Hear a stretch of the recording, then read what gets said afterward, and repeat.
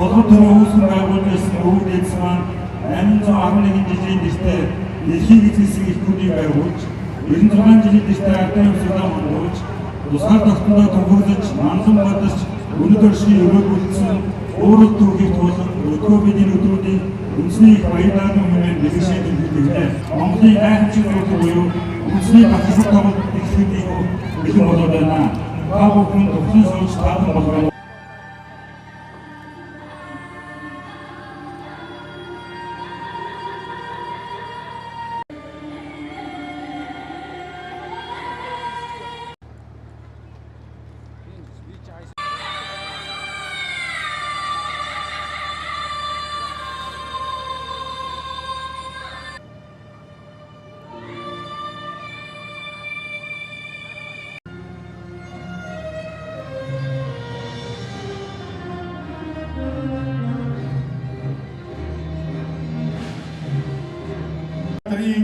Үндэсний бахархал тоглолтын үе хэлцээтэй бэлэн боллоо.